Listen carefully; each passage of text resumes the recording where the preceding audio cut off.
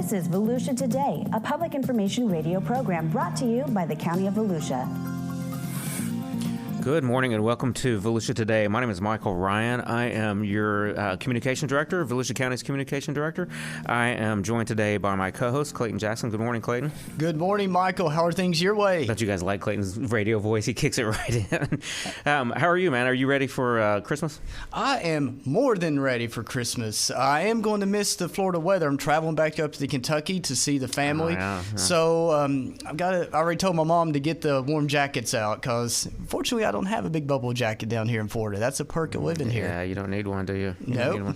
Well, typically, Clayton, we start off the show with some news segments, but because we have some special guests today, I'd like to go ahead and skip that so we can spend a little more time with them, if that's okay with you. I'll approve of that. Thank you very much. I appreciate that.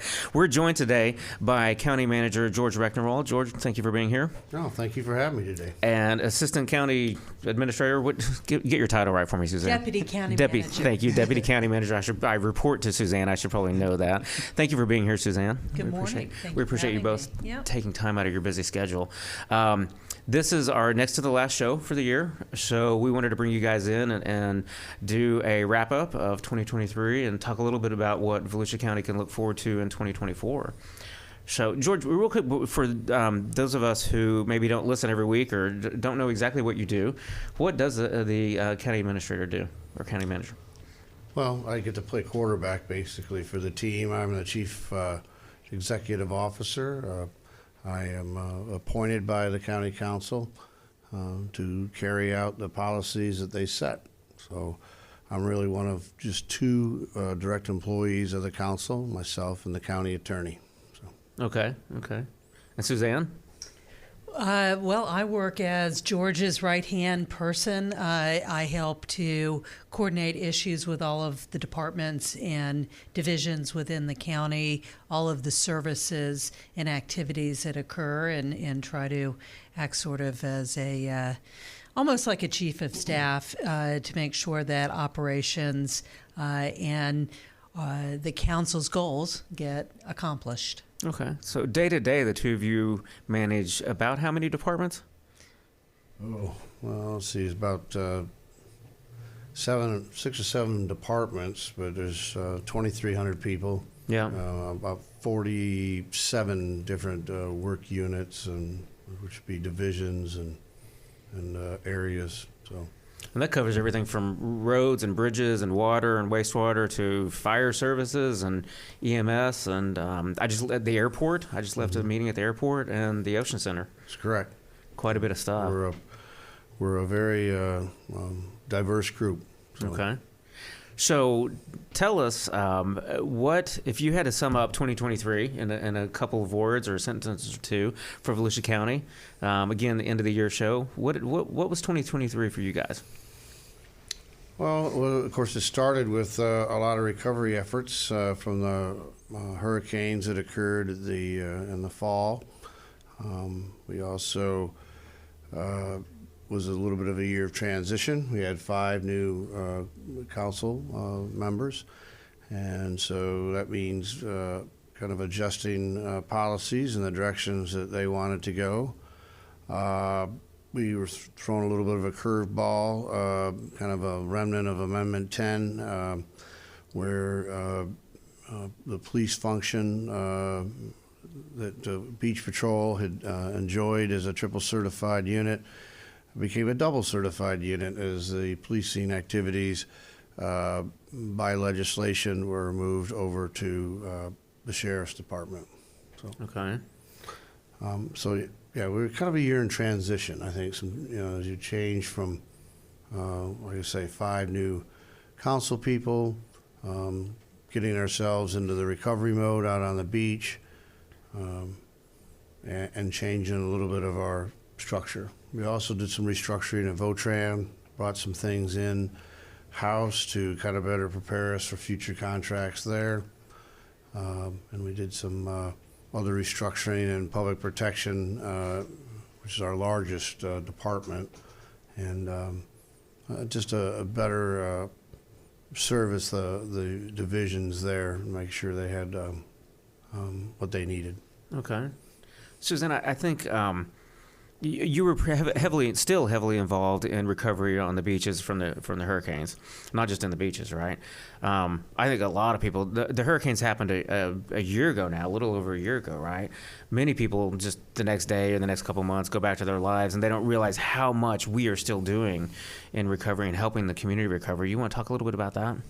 Well, I'd love to talk about that because there has been a tremendous amount of work that has occurred in 2023 as a result of Hurricanes Ian and Nicole and their impacts on Volusia County. Of course, the beach is one of the high-profile areas where we saw those dramatic photographs and drone videos of the coastal erosion and the impacts on structures and seawalls. That has resulted in a lot of work with state government, the Florida Department of Environmental Protection, the Florida Fish and Wildlife Commission, the governor's office, and of course our team at Volusia County to help property owners get the permits they need to reconstruct their seawalls and their homes and their businesses, and to take about $80 million of grants that have come to us from the state and begin to rebuild our beaches with sand that has been eroded. We lost about 6.5 million cubic yards of sand in those storms, and we've been working quickly as we can to get sand sources so that we can put them back on the beaches. One thing that we did do, and it would be worth noting because it was unique in the state, it might be unique in the nation, but we used a device called a trap bag, which is just a very large sandbag that is several feet long and several feet wide and several feet high that you fill with sand. And we place those on miles and miles of our coastline as a protective barrier.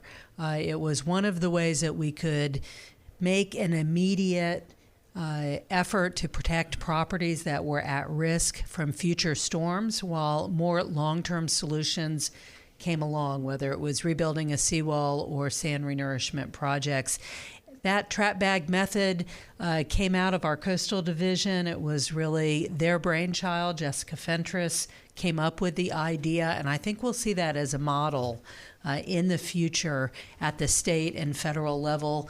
They were really instrumental. This past weekend, we had a pretty horrific nor'easter come through. It made a lot of news, national and local, and yet I'm happy to report we had very little damage because, among other reasons, those sand bags did their job and they continue to stand up. So a lot of creative effort, a lot of work that happened out on the beach. Yeah, there were more than 300 properties that received trap bags throughout the county, so that was a major victory for the residents and the businesses that received those. It was, and really thanks to Governor DeSantis and members of the state who provided the funds for us to be able to make those safety improvements. Yep. And while we're on the topic of our coastal recovery, this was the first time that coastal construction had ever been allowed to occur during sea turtle nesting, correct? Here in Volusia County, that would be correct. And from what I understand, it's the first time anywhere, perhaps in the state, where it was allowed to go throughout the entirety of the turtle season. And it was no easy feat to get the state to agree to that, or the federal government. They both had to work with us. We created a mitigation plan so that construction could continue and the turtles would still be able to have successful nesting season. And in fact, we had a record-breaking turtle season, and virtually no negative events happened. So I'm happy that worked out very well. So why was that so important that continue? Well, the amount of destruction we had along our coastline was unprecedented. We use that phrase a lot, and it is just true. We had very old seawalls, and just the way the two storms came along the coast It was so extensive that we had the attention of the Army Corps of Engineers, we had the attention of the state agencies, and there was no way, because of supply chain issues and because of a limitation on engineers and surveyors' ability to get plans together, to do any meaningful work before May 1st of 2023. So if people were not allowed to continue to work through the summer and fall, their properties would still be left bare today. And that was what we were trying to do, is help people provide some protection against further damage. And the fast recovery of the beach is so important for so many different reasons. Not only those property owners, but also economic development, the tourism industry here, just the economy as a whole. It's a big deal that we were able to keep moving forward so fast. You had, most of the hotels had severe pool deck damage. Sure. We had condominiums up and down, especially in the shores, that for a while had to be evacuated, and so it was a big undertaking to get people's lives back to normal. But as she said, I mean, it was on such a scale that there literally would not be enough contractors and engineers in the area, or even probably statewide, sure, that could work on that in a manner to get it done, which if we had to adhere to the turtle season, it would have just been a couple of months, and then they would have had to wait. And they would just really be getting started again. Yeah. And so to be able to work through that season was critical, and maybe another thing we have to look at coming into the next season as well, because really the massive amount of work. For private folks too, you have to remember they had to deal with insurance companies and insurance issues as well, which is still ongoing, I think, for a lot of homeowners. Absolutely. Well, talking about that ongoing effort, we also just launched Transform 386, which is also Volusia County's recovery efforts to help the community. Can you guys talk about that a little bit? Sure. Basically, that's another program similar to FEMA. It's a program, though, that's looks at the rest of the housing in areas of particular economic need. And because in addition, we talk a lot about the coast, but the hurricane actually flooded thousands of homes in Volusia County. So a lot of those areas that got flooded, you had people that were already in economic need. Again, and the same thing applies. Lack of contractors, lack of insurance, definitely would hamper recovery. So this was a grant we received through HUD that I think is very important. It will put money back into those areas. I think we've already received 800 applications for people who will be using that money to fix their properties and homes. There is an element of it that also, in the neighborhood of $40 to $50 million, that could be used also for mitigation efforts with infrastructure in those areas. Okay. And I just have to throw this in there. I know Donna Butler will appreciate this, who's leading the Transform 386 initiative, that if your home had damaged from Hurricane Ian, you still need work done, or you already have had some work done and would like to seek reimbursement, that the program is still accepting applications. You can find an application online at transform386.org. You could always call the Office of Recovery and Resiliency if you have more questions, information. But this kind of want to piggyback off what George was saying. We've already received more than 800 applications, and we still are accepting applications.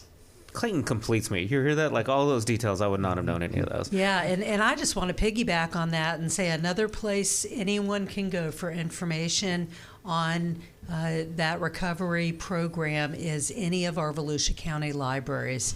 They have the application material there, and all the librarians have been trained to assist citizens in the process. I tell you what, with that, let's take a break and we'll come back and talk about the exciting topic of governmental budgeting.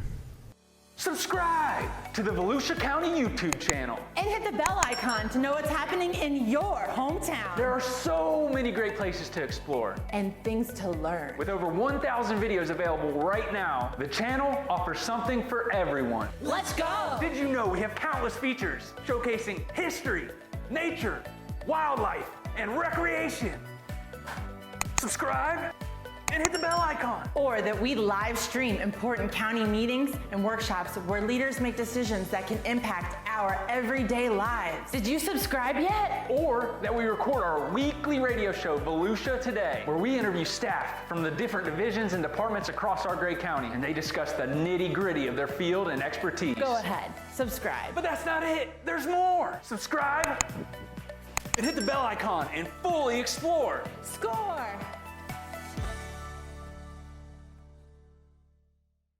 Good morning and welcome back to Volusia Today. I am joined today, my name is Michael Ryan. I am joined today by Clayton Jackson, my co-host.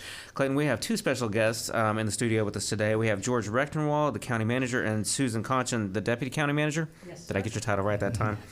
So we spent the first whole part of the show talking about the recovery from the hurricanes and what the county's doing there. Let's talk a little bit about the 2023-24 budget. I know we just passed that in September. And this council in particular is interested in, making the business environment easier to do business here, and also reducing the tax burden on taxpayers. Can you talk a little bit about the budget, George, and how we work to do that this year?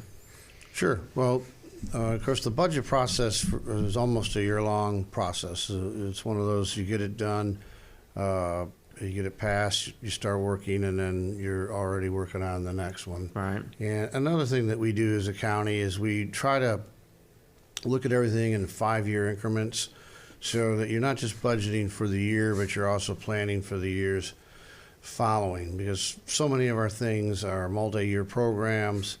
So you try to take that kind of look ahead.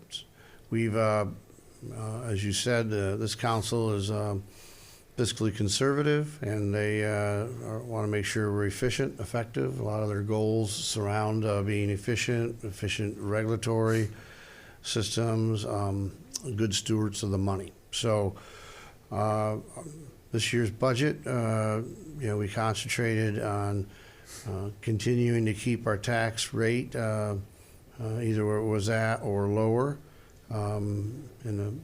Since 2019, when I became the manager, like the general fund tax rate, I think it was at 6.1, and now it's at 4.899. So we've taken it down about 20% over that period of time. Some years we've been at what they call full rollback, basically charging what we had charged the year before in taxes. Other years it's kind of a partial rollback. We don't get all the way down to years before, but we make a big effort towards it. We're doing that all while we're having record inflation Right. leading up to that. Now, that's cooled a little bit, but our construction inflation is still out there. A lot of money was injected into the system from COVID and other things, so there's a ARPA. These programs put a lot of money out there for capital repairs or capital rehabilitations. So I think there's a little bit of an inflated market out there in construction. But we passed the budget, and we're already working on next year's budget, which, again, we'll see some of the similar factors. How do we continue to operate efficiently and be able to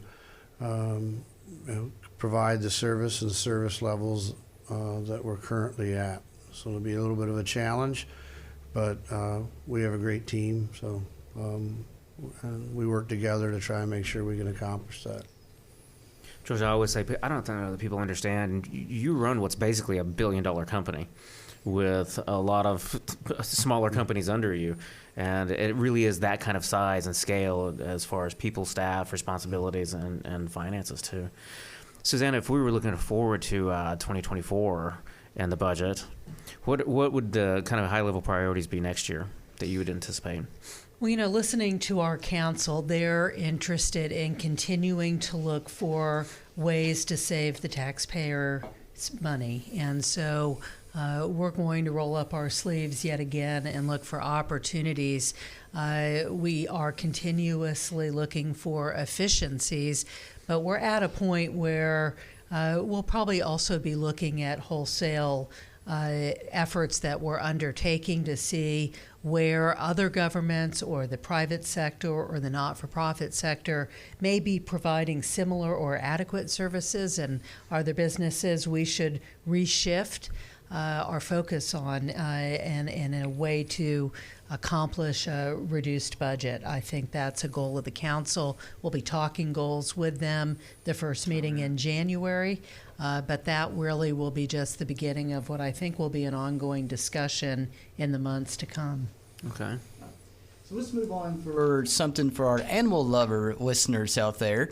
For those of you who don't know, which I think everybody does, but the county actually is allowing dogs on the beach in a certain part of Ormond Beach.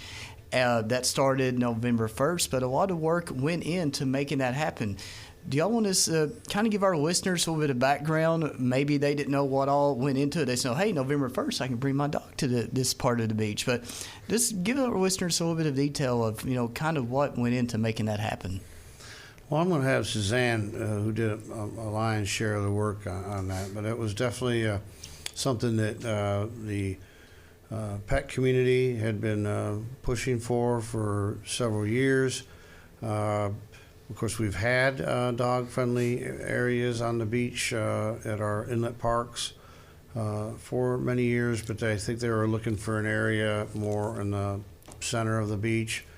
But there were issues because of the permits and stuff that we have to abide by.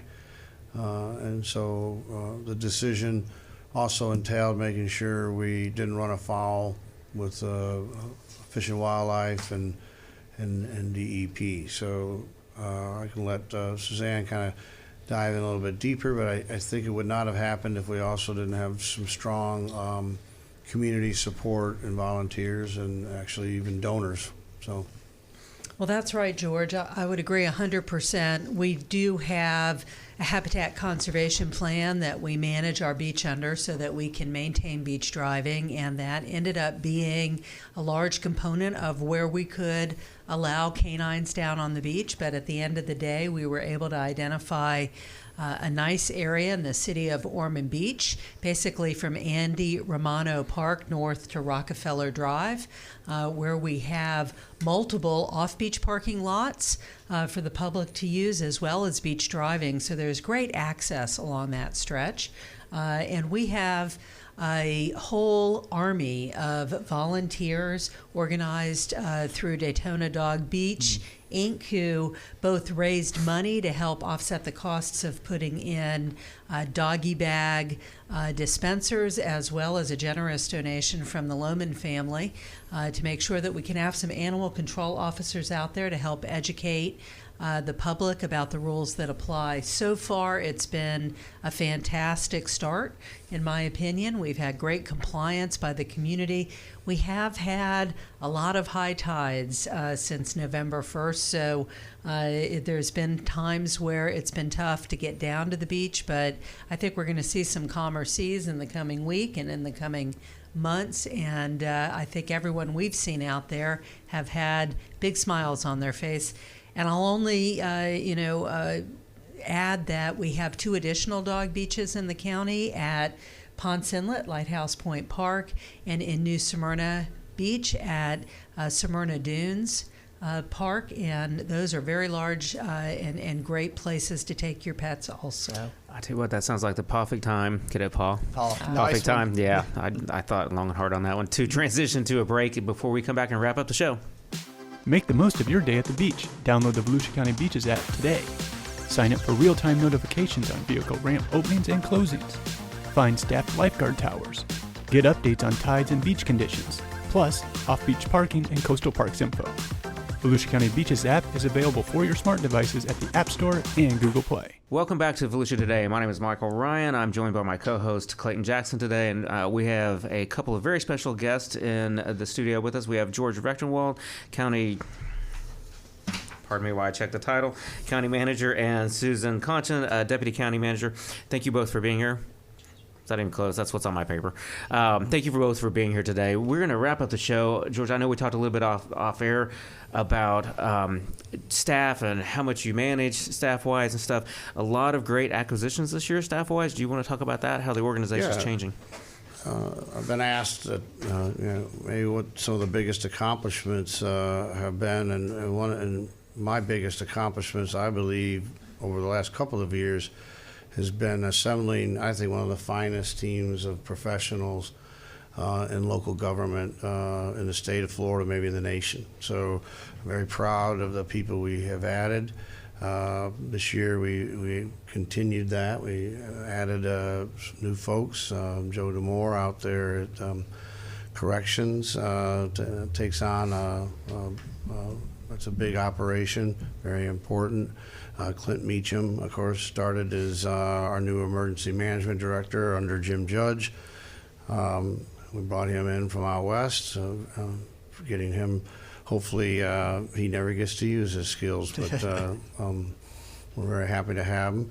Of course, probably the reason you don't know some of the titles and all that is because we brought you on this year, which I think is a big accomplishment, and very proud to have you. And I know with a great background yourself. And also, we just recently brought on Lynn Flanders, got her out of Atlanta, run the Ocean Center. Very excited about that. She's going to bring already having an impact and bringing a lot of energy. So I think her experience is going to see some shifts out there. We're already booked with the conventions, but we're looking for more entertainment.